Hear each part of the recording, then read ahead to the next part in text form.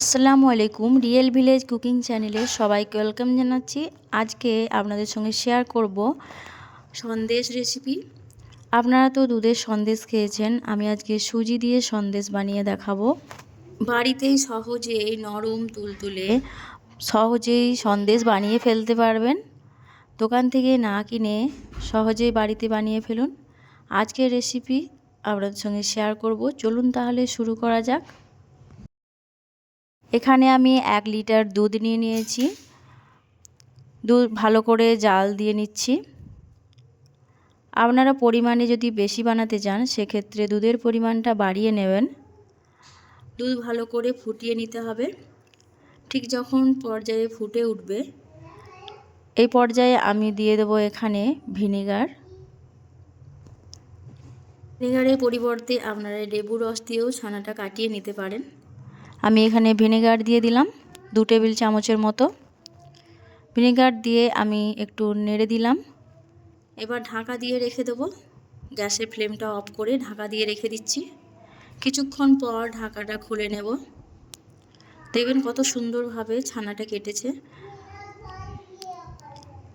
এই দেখুন ছানাটা কত সুন্দরভাবে ছানাটা কেটেছে।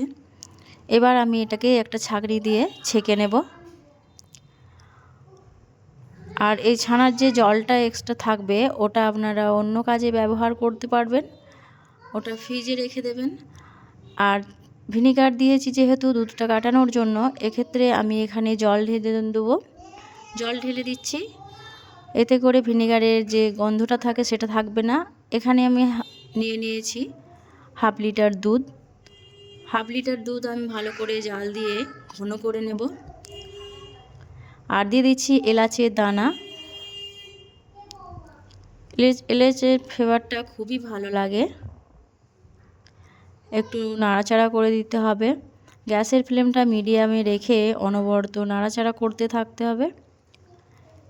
এবার এর মধ্যে আমি দিয়ে দেব চিনি আর ঘি দিয়ে দেব। দিয়ে দিলাম ঘি।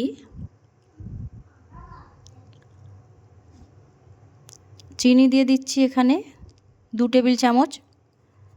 আপনারা যে যেমন মিষ্টি খেতে পছন্দ করেন সেই অনুযায়ী মিষ্টি দেবেন। সব কিছুকে ভালোভাবে ফুটিয়ে নিতে হবে। আর দিয়ে দিচ্ছি যে ছানা কাটিয়ে রেখেছি সেই ছানাটা দিয়ে দিচ্ছি এর মধ্যে। ছানাটা দিয়ে অনবরত নাড়াচাড়া করে খুব ভালোভাবে মিশিয়ে নেব। খুব ভালোভাবে এখানে ছানাটা মিশিয়ে নিতে হবে। আর এখানে আমি অ্যাড করব সুজি। অনবরত ভালোভাবে মিশিয়ে নিতে হবে। এখানে আমি সুজি অ্যাড করব। 2 টেবিল চামচ সুজি দিয়ে দিচ্ছি। এখানে সুজিটা দেখানো হয়নি, এর সঙ্গে দেওয়া হয়েছে। এ দেখুন অনেকটাই গাঢ় হয়ে এসেছে। অনবরত নাড়াচাড়া করতে থাকবো। দেখবেন আস্তে আস্তে কালারটা চেঞ্জ হয়ে আসবে। এই দেখুন অনেকটাই গাঢ় হয়ে গেছে। এবার এটাকে আমি নামিয়ে ঠান্ডা করে নেব। একটা পাত্র নিয়ে নিচ্ছি আর এর মধ্যে দিয়ে দিচ্ছি ঘি। আমি এরকম পাত্র নিয়েছি, আপনারা যে কোনো পাত্র নিতে পারেন। ঘি দিয়ে আমি চারিদিকে ভালোভাবে লাগিয়ে নিচ্ছি। আর এর মধ্যে আমি দিয়ে দিচ্ছি যে রেডি করে রেখেছি সন্দেশটা, ওটা দিয়ে দিচ্ছি। আর চেপে চেপে ভালো করে সেট করে নিতে হবে। ভালো করে চাপ দিয়ে আমি সেট করে নিচ্ছি। একটু ঠান্ডা করে আমি এটা ফ্রিজের মধ্যে রেখে দেবো 10 মিনিটের মতো। 10 মিনিট পর আমি এটাকে বার করে নেব। ফ্রিজ থেকে বার করে নিয়েছি। এই দেখুন খুব ভালোভাবে সেট হয়ে গেছে। এখানে নিয়ে নিচ্ছি একটা প্লেট। এই প্লেটের মধ্যে আমি এটাকে নিয়ে নেব।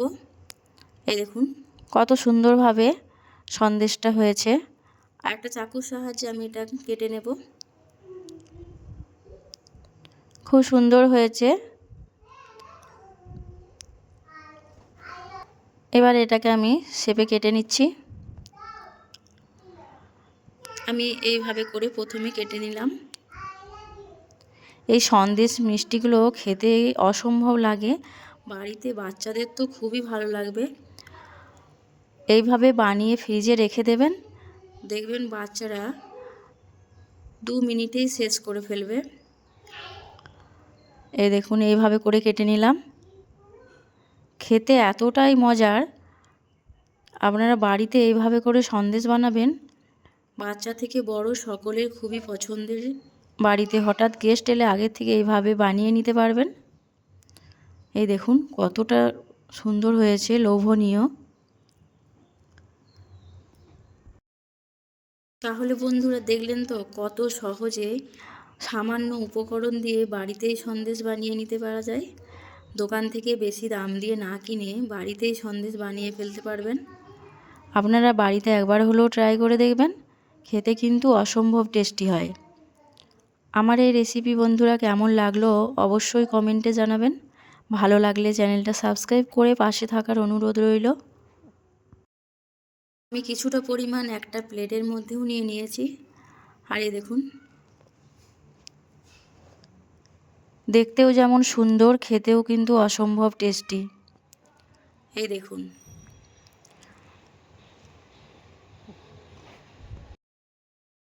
দুধ এবং চিনি দিয়ে এই সন্দেশ মিষ্টি বানানো যায়। সুজি দিয়ে, সামান্য সুজি দিয়ে এইভাবে এত সুন্দর টেস্টি সন্দেশ বানানো যায়। আপনারা পুরো ভিডিওটা দেখলেন, আপনার বাড়িতে একবার হলেও ট্রাই করে দেখবেন। এই দেখুন আমি কেটেও দেখাচ্ছি। এই দেখুন